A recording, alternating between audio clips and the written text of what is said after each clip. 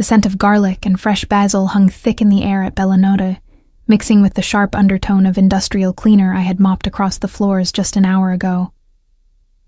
My feet throbbed inside my worn black flats, the kind with soles so thin I could feel every crack in the tile beneath me. 2 years of carrying heavy trays and dodging handsy customers had taught me to smile through exhaustion, to disappear into the background, to become invisible when I needed to be.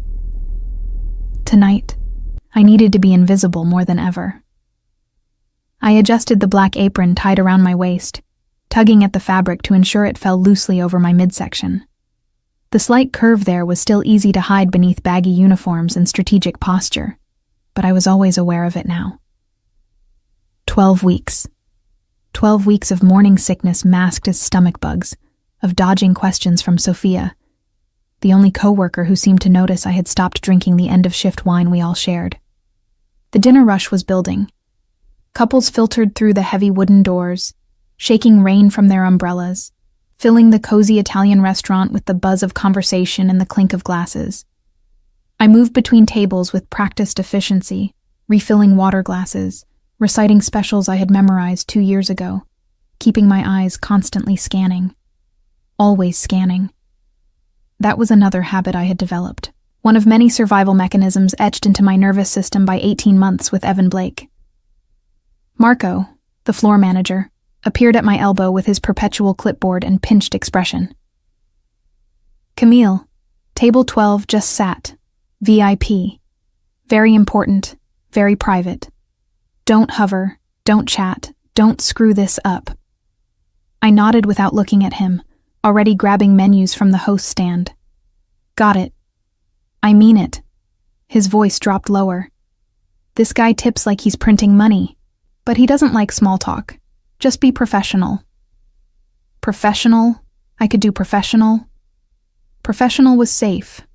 Professional meant keeping my head down, my mouth shut, and my tips steady enough to cover next month's rent and the prenatal vitamins I had started buying in bulk.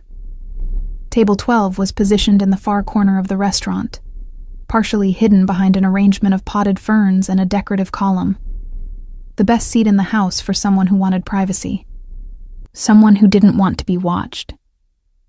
I approached with menus tucked against my chest, my gaze lowered in the deferential posture Marco had drilled into all of us. Good evening, and welcome to Bella Notte. May I start you with something from our wine list?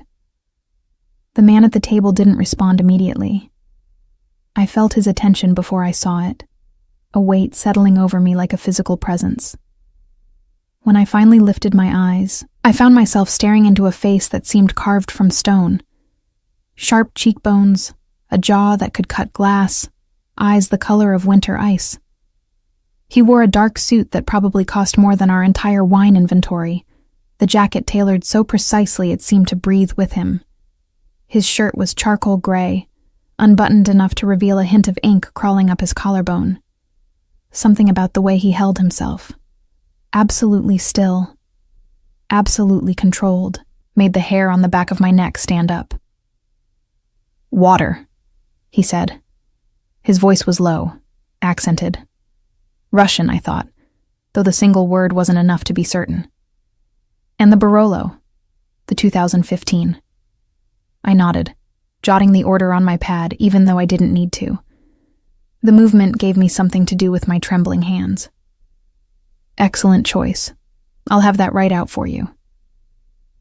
I turned to leave, already calculating how quickly I could drop off the wine and disappear into the kitchen when the front door opened again.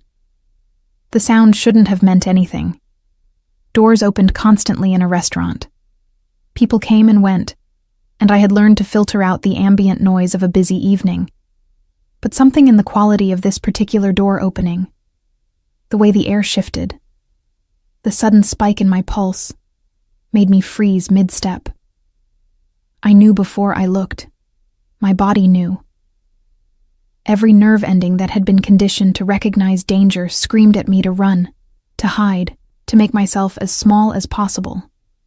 Evan Blake stood in the entrance of Bella Notte, water dripping from his expensive raincoat, that familiar smile playing across his features. the smile that promised charm to everyone watching, and something darker to anyone who knew him. The tray in my hands rattled. I steadied it through sheer force of will, my knuckles whitening around the edges. He hadn't seen me yet. His eyes swept the restaurant with the casual ownership of a man who believed the world existed for his convenience. I watched him speak to the hostess, watched her laugh at something he said, watched her lead him toward a table near the center of the room. Too close. He was too close. I backed toward the kitchen, my movements careful, controlled, nothing that would draw attention. The swinging door was only 15 feet away. If I could just make it there, if I could hide in the back until he left, maybe he wouldn't notice me. Maybe this would just be another near miss, another night of holding my breath and praying. "Excuse me." The Russian voice stopped me cold. I turned to find the man from table 12 watching me with those unsettling pale eyes. He had noticed something. I didn't know what my face was doing, what my body was betraying, but he had noticed. "Is there a problem?" he asked quietly. The question hung between us. I should have said no. I should have smiled and apologized and fetched his wine and pretended everything was fine, the way I had been pretending for 2 years. But my hands wouldn't stop shaking, and Evan was sitting 30 feet away, and I was pregnant with a baby I couldn't afford to raise but refused to give up. And suddenly the careful walls I had built around myself felt like they were made of paper. I grabbed a napkin from my apron. My pen moved before I could second-guess myself. The words scrawled in handwriting I barely recognized as my own. "My ex is here. Please don't let him hurt me tonight." I folded the napkin once, twice, and placed it on the table beside his water glass. Then I walked away without looking back, my heart hammering so loudly I was certain everyone in the restaurant could hear it. What had I done? This man was a stranger, a customer. I had just handed him my vulnerability on a piece of paper, trusting someone I didn't know to protect me from someone I knew all too well. From the corner of my eye, I saw him unfold the napkin, saw him read it, saw his expression shift into something I couldn't name. When I returned with his wine 5 minutes later, my hands finally steady, 2 men had appeared at the edge of the dining room. They wore dark suits and stood with the particular stillness of people trained to watch everything. Security. His security. The Russian didn't look at me when I poured his Barolo. He simply said very quietly, "Which one is he?" I tilted my head almost imperceptibly toward the center of the room. His gaze followed my direction, settling on Evan like a predator marking prey. Then he picked up his wine glass, took a slow sip, and spoke without looking at me. "He will not touch you tonight, or any night after." I wanted to ask how he could possibly promise that. I wanted to ask who he was, what he did, why a stranger would care about a waitress's problems. But my throat had closed around the words, and all I could do was nod and retreat to the safety of the kitchen, where I leaned against the walk-in cooler and tried to remember how to breathe. I had just asked a Mafia boss for help. I didn't know it yet, but I would. The rest of my shift passed in a blur of automatic movements and barely contained terror. I refilled water glasses without seeing the faces attached to them. I recited specials to tables I couldn't remember approaching. Every nerve in my body remained tuned to Evan's location, tracking his movements the way a rabbit tracks a circling hawk. He knew I was here. I could feel it in the way his laughter carried just a little too loudly across the dining room, in the deliberate casualness with which he positioned himself to face the kitchen doors. He was waiting, watching, playing the game we had played 100 times before, the one where he pretended everything was normal while slowly tightening the noose. But something was different tonight. Every time I ventured into the dining room, I felt another presence tracking me too. The Russian at table 12 hadn't moved from his seat, but his attention seemed to fill the entire space. His 2 security men had positioned themselves at opposite ends of the restaurant, their gazes sweeping the room in coordinated patterns. They watched Evan with the kind of focused intensity that made my stomach clench. What had I started? Around 9 o'clock, Evan pushed back from his table and stood. My heart seized as I watched him head toward the hallway that led to the restrooms, the same hallway that passed directly by the kitchen entrance. I pressed myself against the wall beside the walk-in cooler, praying he would keep walking. He didn't. The kitchen door swung open, and there he was. Same golden hair, same perfect smile, same eyes that could shift from warm to cruel in the space between heartbeats. He was wearing the cologne I used to love, the one that now made bile rise in my throat. Camille. He said my name like he owned it. I've been looking everywhere for you. You shouldn't be back here.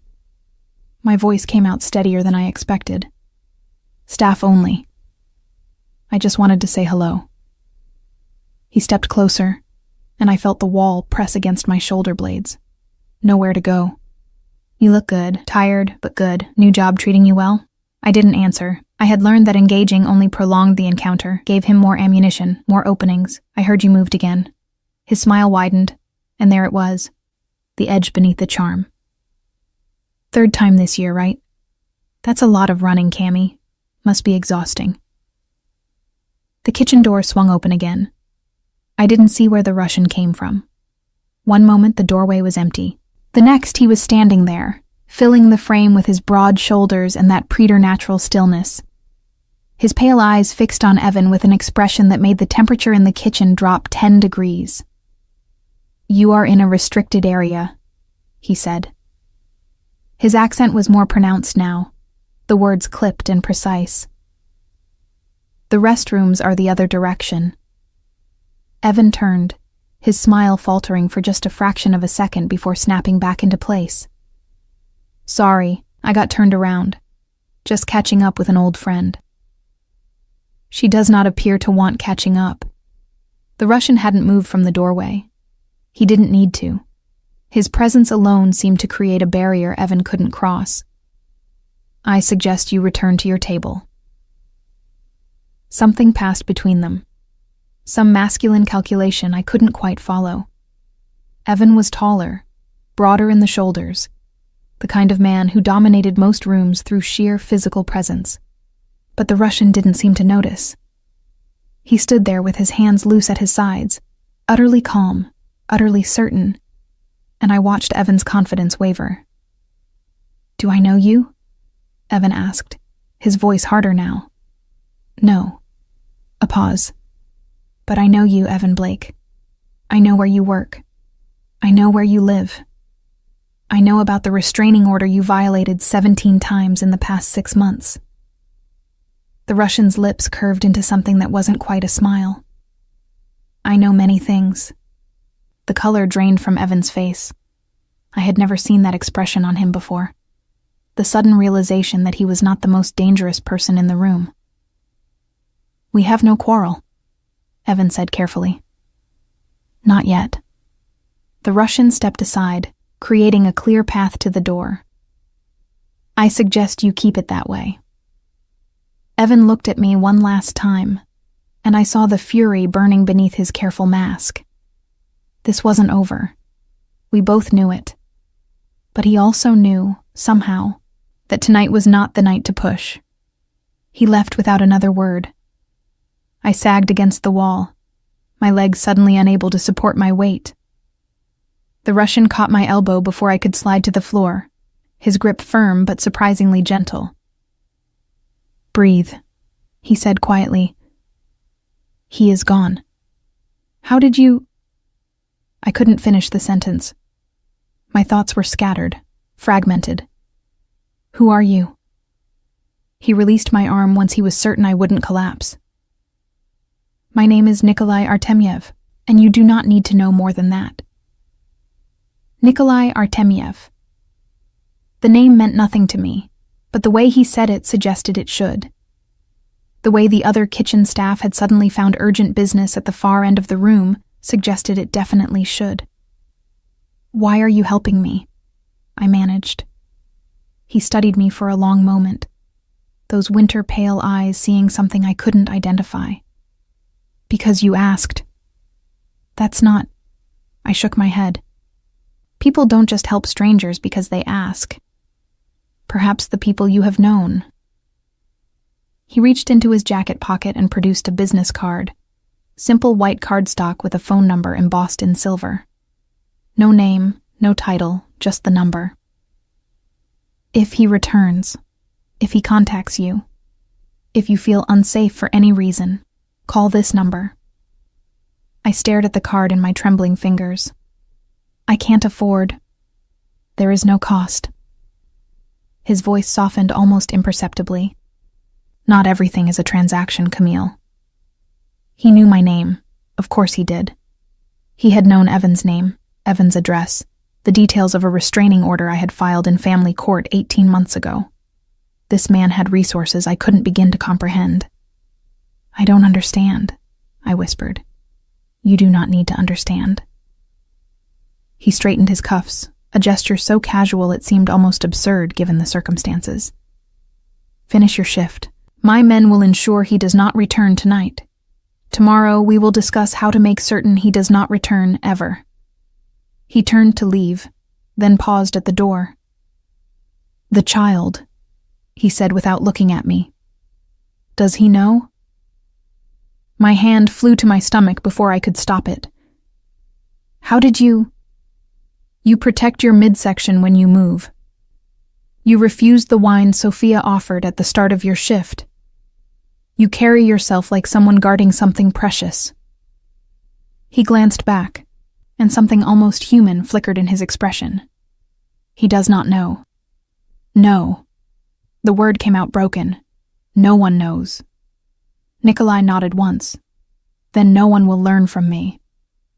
He disappeared through the kitchen door, leaving me clutching his card like a lifeline, wondering how my life had become so strange that a Mafia boss felt safer than the man I had once planned to marry.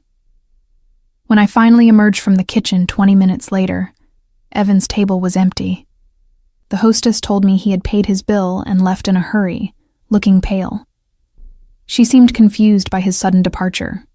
I wasn't confused.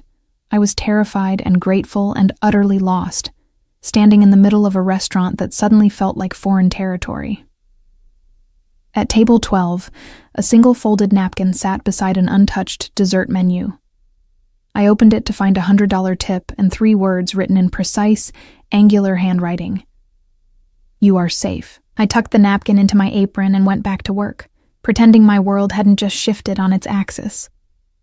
Nikolai Artemyev returned to Belanote 3 nights later. I had spent those 72 hours in a state of suspended animation, jumping at every sound, checking my phone obsessively for messages that never came. Evan had gone silent, which was somehow worse than his usual harassment. Silent Evan was planning Evan. Silent Evan was dangerous Evan. But when I walked into work on Thursday evening and saw that familiar figure seated at table 12, something in my chest loosened. I hadn't realized how tightly I had been holding myself until the tension began to drain away. You came back, I said, setting down his water glass.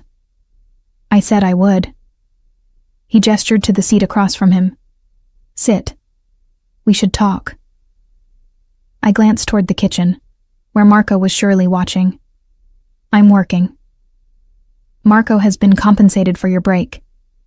Nikolai's expression didn't change, but something like amusement flickered in his eyes. Generously. I sat. Up close, in the warm light of the table's candle, he looked different than he had during our first encounter. Still sharp, still dangerous, but more human somehow. I noticed the faint lines around his eyes, the silver threading through his dark hair at the temples, the way his hands wrapped around his water glass with a kind of unconscious elegance. Tell me about Evan Blake, he said. The question hit me like a physical blow. I had spent 2 years trying not to talk about Evan, trying to bury those 18 months of my life so deep they couldn't hurt me anymore.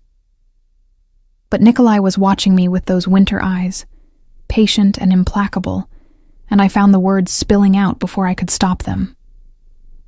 "We met at a coffee shop," I heard myself say. 4 years ago, I was 23, working as a receptionist at a law firm, thinking I had my whole life figured out. He was charming, attentive. He remembered every little thing I mentioned: my favorite flowers, the book I was reading, the way I liked my coffee. It felt like being seen for the first time. Nikolai listened without interrupting. The first year was perfect. Everyone loved him. My friends, my family, my coworkers. He was successful, handsome, devoted. When he proposed, I thought I was the luckiest woman in the world. I laughed, and the sound was bitter even to my own ears. I didn't see the signs, or maybe I saw them and chose not to look. What signs? Small things at first. He didn't like my friends, thought they were a bad influence. He worried when I worked late, wanted to know where I was at all times. He bought me clothes because my taste was too casual. He suggested I change my hair, my makeup, the way I talked. I twisted the napkin in my lap. By the time I realized what was happening, I had already quit my job, moved into his apartment, lost contact with everyone who might have helped me. And then, the memories pressed against the walls I had built around them, demanding to be acknowledged. I closed my eyes. The first time he hit me was on our 1-year anniversary. I had burned the dinner I was cooking, and he was tired from work, and suddenly I was on the floor with blood in my mouth and he was crying, apologizing, promising it would never happen again. I opened my eyes to find Nikolai's expression unchanged, but something in the quality of his stillness had shifted.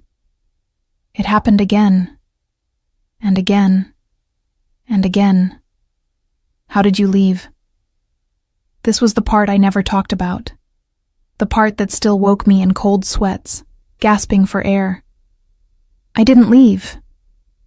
He threw me down a flight of stairs." The words came out flat, emotionless, disconnected from the terror of that night. I was in the hospital for 2 weeks. Broken arm, cracked ribs, internal bleeding. The doctors called the police.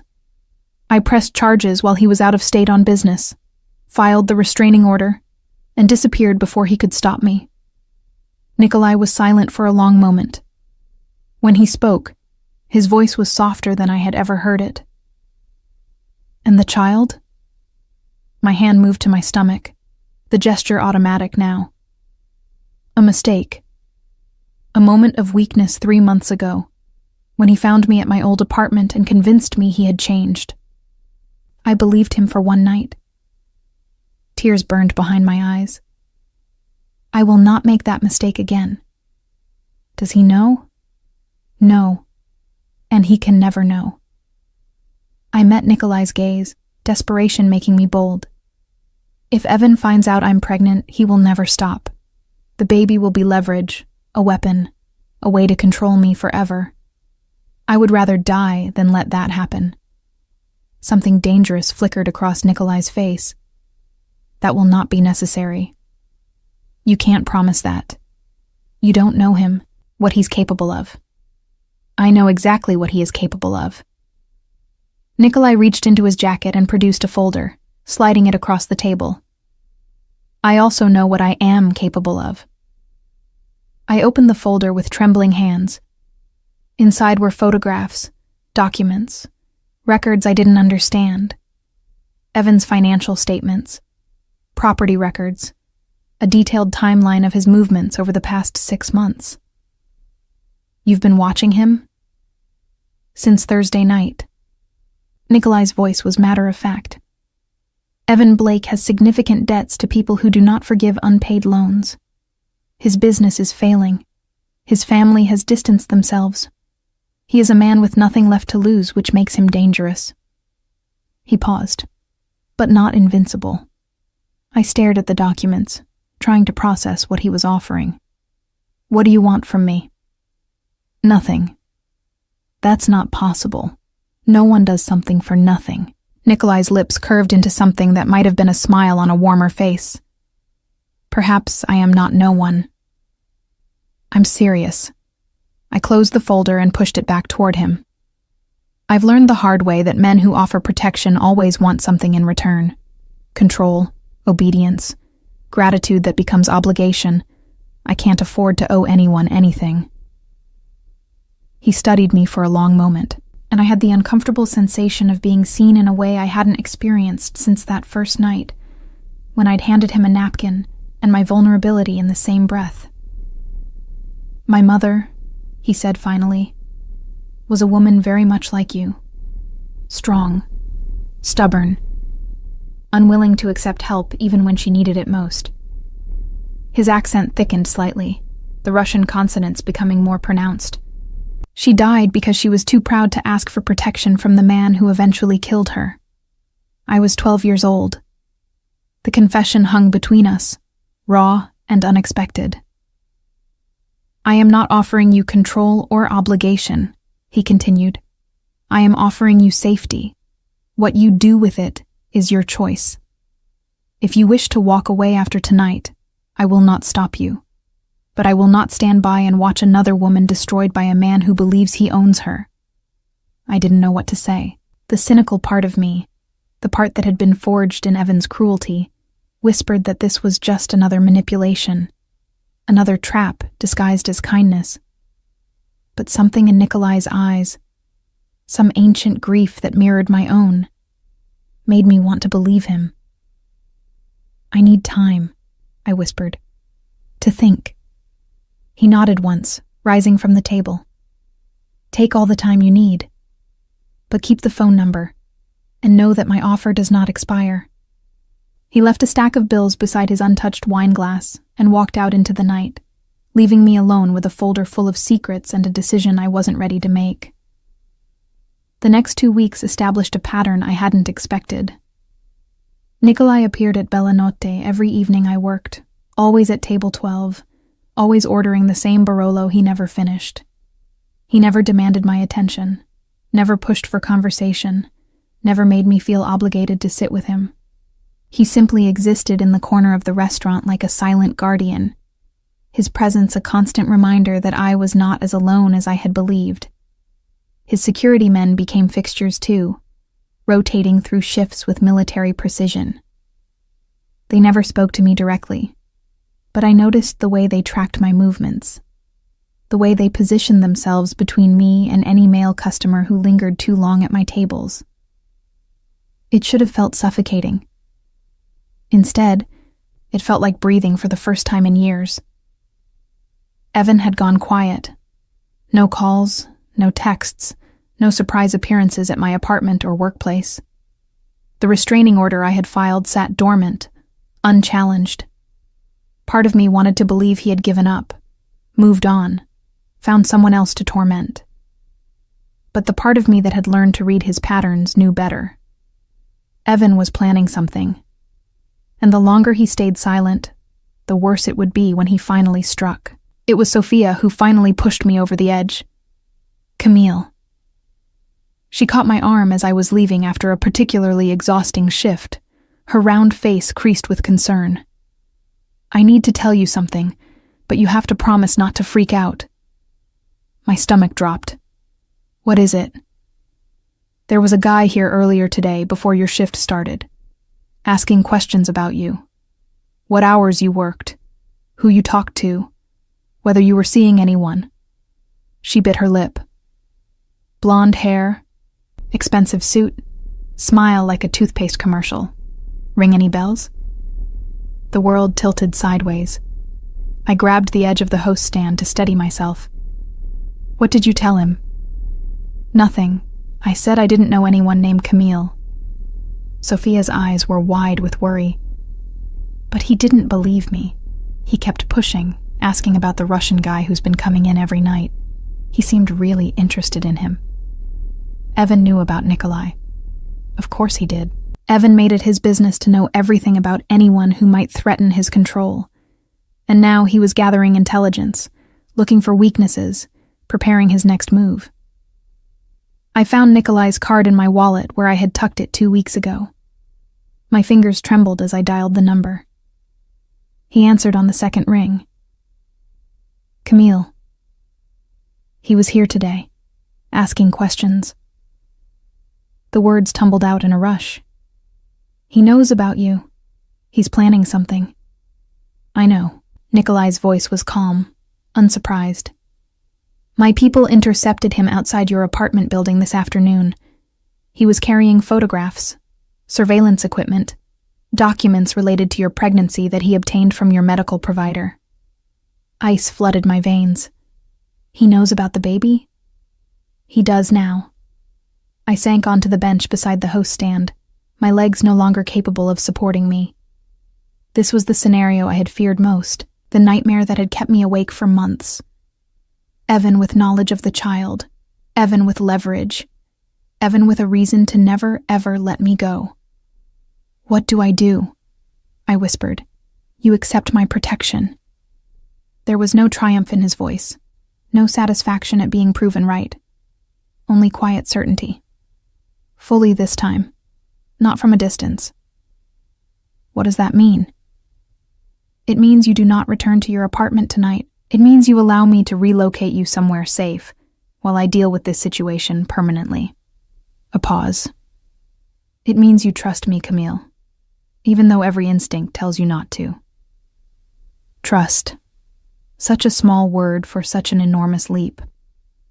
Why? I asked, the question I had been afraid to voice for weeks. Why do you care what happens to me? The line was silent for so long I thought he had hung up. When he finally spoke, his voice was rougher than I had ever heard it. Because you handed me a napkin in a crowded restaurant and asked for help instead of suffering in silence. Because you are carrying a child you will do anything to protect. Because you remind me of someone I could not save. Another pause. And because, in 18 months of watching you work and struggle and survive, I have come to care about what happens to you. More than I should. More than is wise. 18 months. He had been watching me for 18 months. Long before the napkin. Long before that first night at table 12. You knew who I was before I sat down at your table. Yes. Why didn't you say something sooner? Because you were not ready to hear it. And because I had no right to interfere in your life uninvited. His voice softened. The napkin changed that. You invited me in. I closed my eyes, processing this revelation.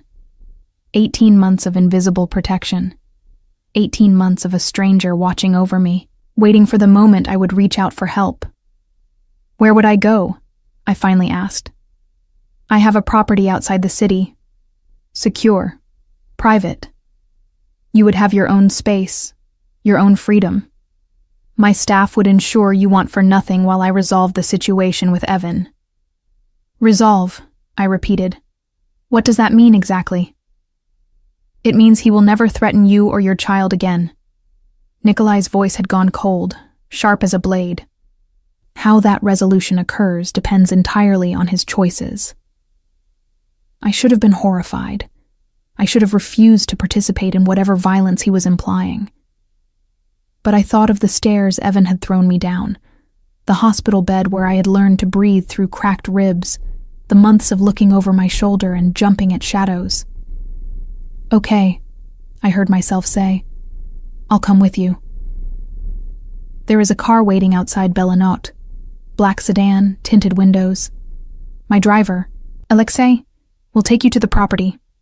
I will meet you there within the hour. Nikolai. I paused, uncertain how to express what I was feeling. Thank you. For everything. Do not thank me yet. Something complicated moved through his voice. We have a long way to go. He hung up, and I walked out of Bellinot into a night that smelled like rain and possibility. The black sedan was exactly where he had said it would be. The driver, a stone-faced man with kind eyes, held the door open for me without a word. As the city lights faded behind us and the sedan carried me toward whatever came next, I placed my hand over my stomach and felt my daughter kick for the first time. "It's going to be okay," I whispered to her. "We're going to be okay." For the first time in years, I almost believed it. The property Nikolai had described as outside the city turned out to be a sprawling estate in the Hudson Valley, hidden behind iron gates and surrounded by acres of manicured grounds. The house itself was a study in understated elegance, all stone walls and tall windows, and rooms that seemed to breathe with quiet luxury. My suite occupied the entire east wing of the second floor. A bedroom larger than my old apartment, a bathroom with a tub I could practically swim in, a sitting room with floor-to-ceiling bookshelves, and a fireplace that crackled with real wood. Everything I could possibly need had been anticipated and provided, from prenatal vitamins in the medicine cabinet to maternity clothes hanging in the closet, sized perfectly. It should have felt like a prison. It felt like sanctuary. Nikolai arrived an hour after I did, finding me standing at the window of my sitting room, watching the sun set over the distant hills. He had changed from his usual suit into something more casual, a dark sweater and slacks that made him look almost approachable. "You found everything you need?" he asked from the doorway. I turned, wrapping my arms around myself. "More than everything, this place is incredible. It belonged to my grandmother." He moved into the room, his footsteps silent on the thick carpet. "She came here after leaving Russia. Said the hills reminded her of home." He paused beside me at the window. "I thought you might find peace here, as she did." Peace. The word felt foreign on my tongue. "I don't remember what that feels like." "You will." He reached out, and for a moment I thought he was going to touch me. Instead, his hand stopped just short of my shoulder, hovering in the space between us. "May I?" Such a small question. Such an enormous shift from the men I had known, who took what they wanted without asking. "Yes," I whispered. His hand settled on my shoulder, warm and steady through the fabric of my borrowed sweater. We stood in silence, watching the last light fade from the sky, and I felt something I couldn't name begin to unfurl in my chest. "Tell me what happens now," I said. "Now, you rest. You focus on your health and the baby's health. You allow yourself to heal in ways that have nothing to do with physical wounds." His thumb traced a small circle on my shoulder, unconscious and gentle. "And I take care of Evan Blake." "How?" "You do not need those details." "I want them anyway." I turned to face him, and his hand fell away from my shoulder. "If you're going to do something in my name, I need to know what it is." Nikolai studied me for a long moment, something like respect flickering in his pale eyes. "Very well. Evan has significant financial vulnerabilities, debts to organizations that do not take kindly to unpaid obligations. I have arranged for those debts to be called in immediately. By the end of the week, he will be facing bankruptcy, asset seizure, and legal action from multiple creditors. That won't stop him. Evan doesn't care about money, only control." "I am aware." Nikolai's expression hardened, "which is why I have also arranged for certain photographs to reach his employer, evidence of activities that will result in immediate termination and industry blacklisting. His social standing will be destroyed, his professional reputation eliminated. Every source of power he relies on will be stripped away, one by one." I felt a chill run down my spine. Not fear exactly, more like awe at the methodical precision of his destruction. "And if that doesn't work? If he still comes after me?" Something dangerous moved across Nikolai's face. "Then I will take more direct measures, but I hope it does not come to that. I prefer not to create messes that require cleaning." The implication hung in the air between us, heavy and unmistakable. I should have been horrified. I should have demanded he promise not to hurt anyone. But I thought of my daughter, growing safe beneath my heart, and I found I couldn't summon the moral outrage I was supposed to feel. "Thank you," I said instead. Nikolai's expression softened. You should eat. The kitchen has prepared dinner, and you have been surviving on restaurant leftovers for too long. He was right. The meal that appeared in my sitting room an hour later was the most delicious thing I had tasted in months. Fresh vegetables and perfectly cooked protein and desserts that made me want to weep with gratitude. I ate until I couldn't eat anymore, then fell asleep in the enormous bed and dreamed of nothing at all. The days that followed took on a rhythm I hadn't expected. Nikolai came to the estate each evening, sharing dinner with me in the formal dining room or the cozier breakfast nook, depending on my mood. We talked for hours about everything and nothing, books we had read, places we wanted to see, the small details of our lives that had nothing to do with the violence that had brought us together. I learned that he had built his empire from nothing after his mother's death, driven by a fury he had eventually learned to channel into cold precision. I learned that he read poetry in Russian when he couldn't sleep, that he had once wanted to be a pianist, that the tattoos hidden beneath his shirts told the story of every man he had lost along the way. He learned about me too. My childhood in a small town upstate, my dreams of becoming a teacher before financial necessity pushed me into service work, the way I still believed in kindness despite everything that had happened to me. We didn't touch again after that first night at the window. Some unspoken boundary held us apart, a recognition that whatever was growing between us needed time to develop roots before it could bear weight. But I felt his eyes on me when he thought I wasn't looking. I heard the way his voice softened when he said my name. I noticed how he positioned himself between me and every door, every window, every potential threat, even within the safety of his own home. Nikolai Artemyev was falling in love with me, and God help me, I was falling too. 2 weeks into my stay at the estate, he arrived with news. It is done. He sat across from me in the breakfast nook, his expression carefully neutral. Evan Blake has been destroyed. His career, his finances, his social standing, all of it gone. He has nothing left but his rage. And his rage is considerable, I said quietly. Yes. Nikolai's jaw tightened. Which is why I have arranged one final measure, a conversation between Evan and certain associates of mine, making clear that any further contact with you will result in consequences far more severe than financial ruin. You threatened him. I made him understand reality. Nikolai reached across the table and took my hand, the first deliberate touch since that night at the window. He will never bother you again, Camille. I give you my word. I looked at our joined hands, his scarred and strong, mine small and trembling. What happens now? Where do I go? Wherever you wish. His thumb traced circles on my palm. You are free. Truly free. Perhaps for the first time in your life. The word echoed in my chest, unfamiliar and vast. Free. Freedom, I discovered, was terrifying. For 2 years, my life had been defined by fear. Fear of Evan finding me. Fear of losing my job. Fear of failing the child growing inside me. Now that the fear was gone, I didn't know what to fill the space with. Nikolai had been true to his word. Evan Blake had been systematically dismantled, his life reduced to rubble in the span of 3 weeks.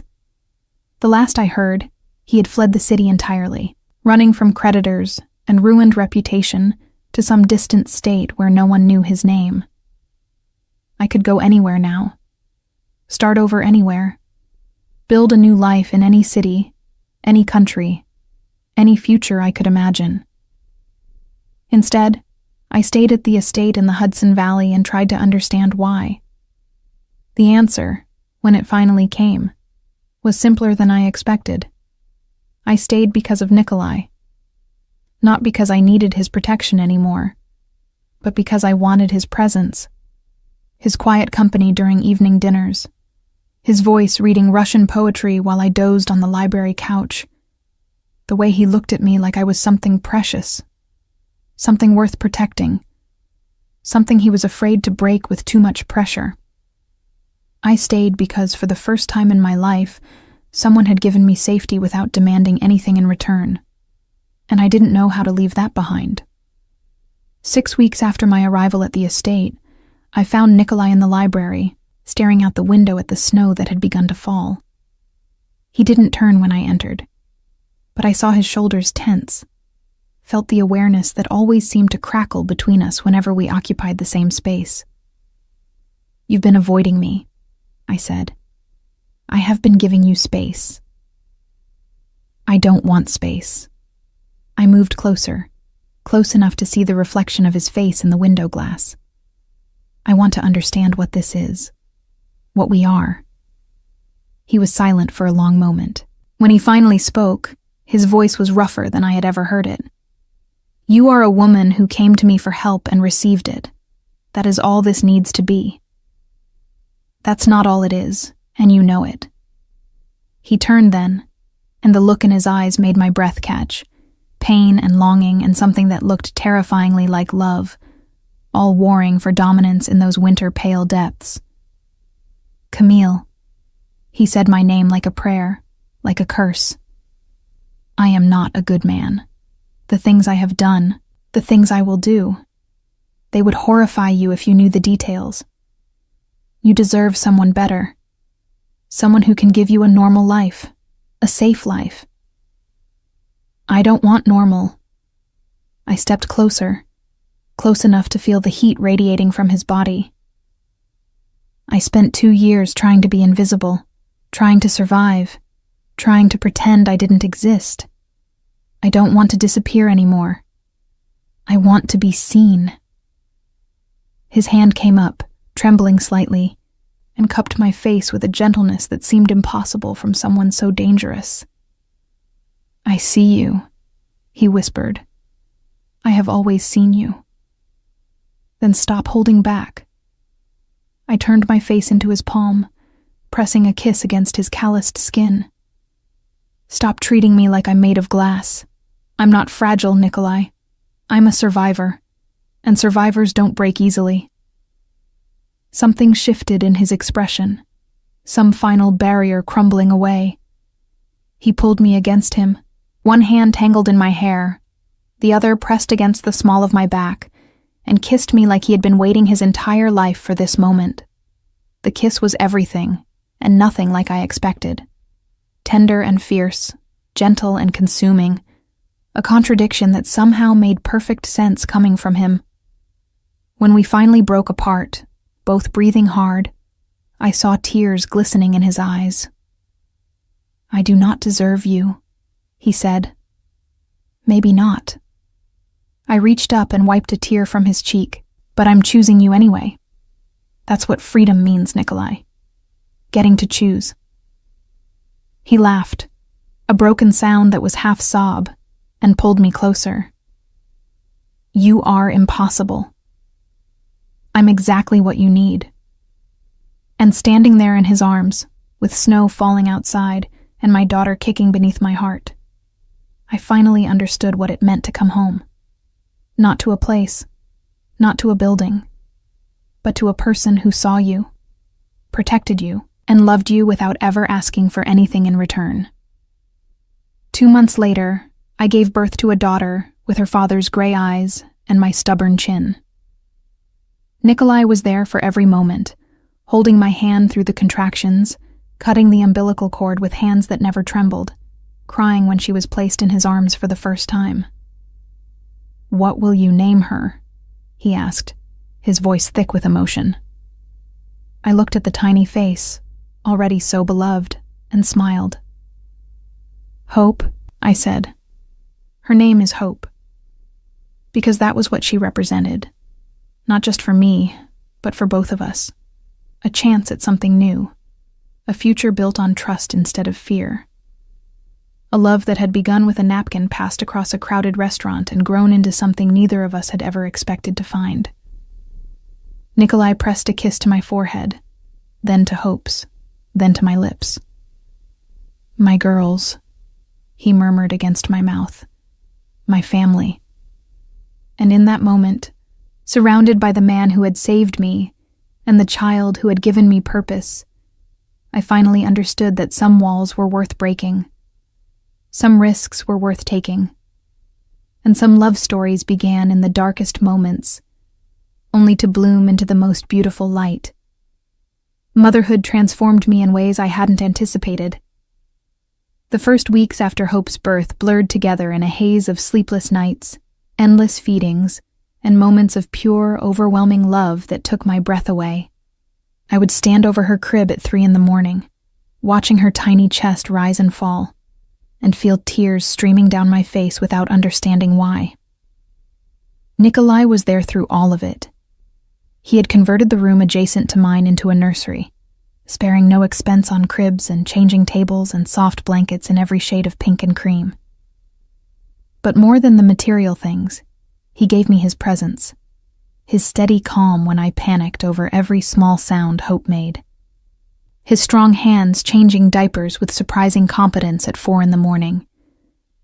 His deep voice humming Russian lullabies that seemed to soothe our daughter when nothing else would. Our daughter. I had started thinking of her that way without realizing it. "She has your stubbornness," Nikolai observed one evening, watching me struggle to get Hope to take her bottle. The baby had decided she preferred nursing and was making her displeasure known at considerable volume. "She has your intensity," I countered, finally finding the angle that convinced Hope to accept the bottle. "Look at those eyes, already judging everything around her." He laughed, a sound I had grown to treasure over the past months. Nikolai didn't laugh often, but when he did, his whole face transformed, the hard edges softening into something almost boyish. "She will be formidable," he said, reaching out to stroke Hope's downy hair. "Like her mother." I watched his scarred fingers gentle against our daughter's head, and something fierce and protective swelled in my chest. This man, this dangerous, powerful man who commanded fear throughout the city, handled my baby like she was made of spun glass. The contradiction should have unsettled me. Instead, it made me love him more. Love. I had finally admitted the word to myself, even if I hadn't spoken it aloud to him. Spring arrived at the estate in a riot of color. The gardens that had been dormant when I first arrived now burst with tulips and daffodils, the air sweet with the scent of apple blossoms from the orchard behind the main house. I spent hours walking the grounds with Hope strapped to my chest, showing her flowers she was too young to see, narrating our surroundings in the running monologue. New mothers seemed to develop instinctively. Nikolai joined us when his business allowed, which was more often than I had expected. He had begun delegating more of his operations to trusted lieutenants, carving out time that he devoted entirely to us. I didn't ask what his business entailed anymore. Some truths were better left unexamined, and I had made my peace with the moral compromises that came with loving him. It was during one of these walks that he told me about the house. "I have been thinking," he said, his tone carefully casual in the way that meant he was about to say something significant. "This estate is beautiful, but it is isolated. Not ideal for raising a child who will need schools, friends, a community." I glanced at him, curious. "What are you suggesting?" "There is a property in the city, a townhouse in the Upper East Side, private, secure, but close to everything a growing family might need." He paused, and I saw something vulnerable flicker across his face. "I thought perhaps we might make it our home. Together. Our home. Together." The words hung in the spring air, weighted with implication. "Nikolai." I stopped walking, turning to face him fully. "Are you asking me to move in with you?" "I am asking you to build a life with me." He reached out, tucking a strand of hair behind my ear with infinite gentleness. "I know I am not what you imagined for yourself. I know my world is dangerous, complicated, morally gray at best. But I love you, Camille. I love Hope, and I want to spend whatever time I have left on this earth making both of you happy." It was the first time he had said the words aloud. "I love you." 3 syllables that changed everything. "I love you too," I whispered, and watched his expression transform from careful hope to radiant joy. He kissed me there in the garden, with Hope sleeping peacefully between us and the spring breeze carrying the scent of apple blossoms. It was tender and fierce, and everything I had stopped believing I would ever have. We moved into the townhouse 3 weeks later. The building was exactly as Nikolai had described, a 4-story brownstone with a private garden and security features so discreet I barely noticed them. He had already begun converting the top floor into a nursery and playroom, the walls painted in soft lavender and decorated with murals of fairy tale scenes. "You planned this," I accused, though I couldn't keep the smile from my voice. "You knew I would say yes. I hoped." He pulled me against him, his chin resting on top of my head. Hope is a powerful thing. Our first months in the city established new rhythms. Nikolai worked from a home office most days, attending to his various enterprises through phone calls and video conferences that I learned not to interrupt. I found a part-time position at a local nonprofit, using the organizational skills I had developed during my years of survival to help other women escape situations like the one I had fled. The irony was not lost on me. I had escaped one dangerous man, only to find safety in the arms of another. But Nikolai's danger had never been directed at me. His violence, whatever form it took, existed to protect rather than control. The distinction made all the difference. Hope thrived in her new environment. She was a happy baby, quick to smile and slow to fuss, with her father's pale eyes and my determined chin. Watching Nikolai with her became one of my greatest joys. The feared leader of the Russian organization in Manhattan, reduced to making ridiculous faces to earn a giggle from his infant daughter. "You are going soft," I teased him one evening, watching him attempt to assemble a complicated baby swing while Hope supervised from her bouncer. "I was always soft," he replied, not looking up from the instruction manual he was studying with intense concentration. "I simply hit it better." The fearsome Nikolai Artemyev, defeated by Swedish furniture assembly. He shot me a look that would have terrified his business associates. I just laughed. It was on Hope's 6-month birthday that the final shadow from my past reappeared. I was returning from a walk in Central Park, pushing Hope's stroller through the late autumn leaves, when I saw him. Evan Blake, thinner than I remembered, with dark circles under his eyes and a desperate hunger in his expression. He stood on the corner across from our townhouse, watching the building with an intensity that made my blood run cold. For a moment, I was paralyzed. All the fear I thought I had conquered came rushing back, freezing me in place on the sidewalk. My hands tightened on the stroller handle, my body instinctively positioning itself between Hope and the threat. Then Evan turned and saw me. Something terrible moved across his face. Rage and longing and bitter hatred, all tangled together in an expression that promised violence. He took a step toward me, and then he stopped.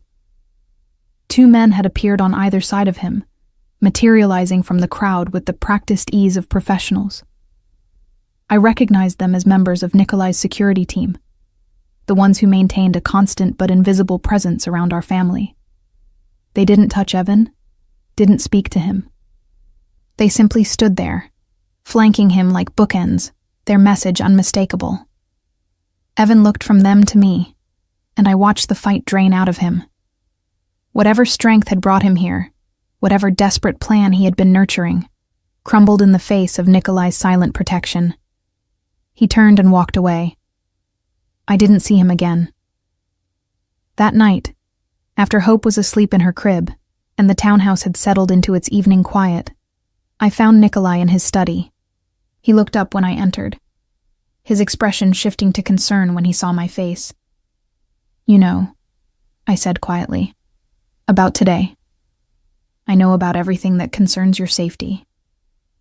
He rose from his desk, crossing to take my hands in his. "I told you once that Evan Blake would never threaten you again. I meant it. What will happen to him? Nothing, unless he forces my hand." Nikolai's jaw tightened. He was given very clear warnings after his appearance today. If he is wise, he will finally accept that you are beyond his reach. If he is foolish. He didn't finish the sentence. He didn't need to. I should have felt guilty. I should have worried about what might happen to a man I had once loved, however twisted that love had become. Instead, I felt only relief. Relief that my daughter was safe. Relief that Nikolai's protection extended to every corner of our lives. Relief that I had finally, truly escaped. "Thank you," I whispered, rising on my toes to press a kiss to his lips. "You never need to thank me for protecting our family." His arms wrapped around me, pulling me close. "It is not a favor. It is simply what I am. Our family." The words echoed in my heart, warm and certain. I had walked into a crowded restaurant 2 years ago, terrified and desperate, and slipped a napkin to a stranger. That single act of courage had led me here, to this moment, to this man, to a life I had never dared to imagine. Some people spend their whole lives searching for home. I had found mine in the most unexpected place, in the arms of a man whose love was fierce enough to burn away every shadow from my past. And as Nikolai held me in the quiet of his study, with our daughter sleeping peacefully upstairs, and the city glittering beyond our windows, I finally understood what it meant to be truly, completely free. Not the absence of danger, but the presence of someone willing to face any danger for you. That was freedom. That was love. That was home.